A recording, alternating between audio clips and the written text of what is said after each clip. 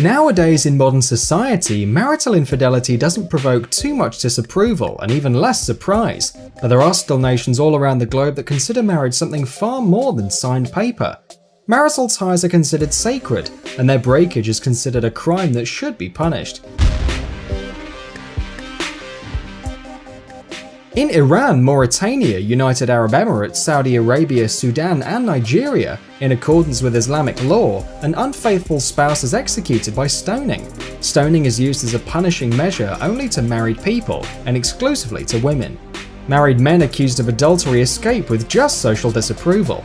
And if it wasn't enough, the authorities keep tightening the laws. A law enforced since 1992 in Iran allows a male relative of a woman accused in adultery, not necessarily her husband, to personally kill her without trial. In modern Turkey, according to the law adopted in 1996, criminal responsibility for adultery for both women and men is 5 years in jail. In Pakistan, a Sharia court can sentence a woman to death by hanging for marital infidelity. In Indonesia, adultery is punished by imprisonment for up to 15 years. But the harshest and probably the most elaborated execution for cheating is practiced surprisingly in a non-Muslim country, Papua New Guinea. In the traditionalist Madang district, according to centuries-old customs, betrayed husbands are not simply allowed but also recommended to decapitate their wives' lovers.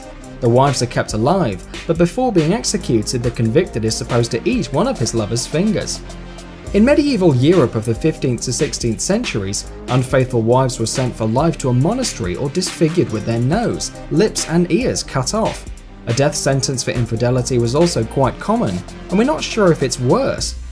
In some African tribes, a wife who cheats on her husband undergoes an obligatory procedure of castration and has her uterus taken out. Mongols used to cut an unfaithful wife in half with a sword. In the Tonkin Kingdom, she would be trampled by an elephant. Siamese people were much more tolerant, but they also couldn't make it without elephants. The women caught red-handed were fixed inside an elaborate construction that resembled a female elephant and given to a male to enjoy. The Kingdom of Luang in Africa prepared a quick and simple death for betrayers. The woman, together with their lover, was thrown down from a high cliff. The Gauls used to cover the unfaithful wife with mud and dragged her after a carriage throughout the city. In some countries, it was the husband who was the judge and jury for his wife, and could kill her on the spot if considered her guilty. This right was a remnant of the antique tradition that allowed a man randomly to kill his wife when he felt like it. Canadian native tribes used to make small cuts out of the accused woman's head, and she was then scalped. In the Eastern Roman Empire, female sinners were sold at the market square to whoever wanted to buy them. In Turkish Diyarbakir, the unfaithful woman was supposed to be killed by the entire family, and each member should stab her with a dagger at least once. In some provinces of ancient Greece, anybody could kill a woman who cheated on her husband without any consequences.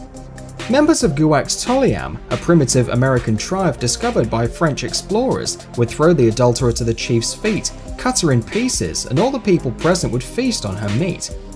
As you could have probably noticed, female adultery has been traditionally considered a more serious crime than male adultery. Makes sense. The result of female cheating can be a pregnancy, and nobody wants to raise another man's child and pass their estate to a bastard. So the punishment was severe, and in most cases public. So weak-willed married ladies would think twice, and once again before arranging a lover. C'est la vie. Thanks for watching. Please like and share the video in social networks, and we'll be right back to you as fast as we can.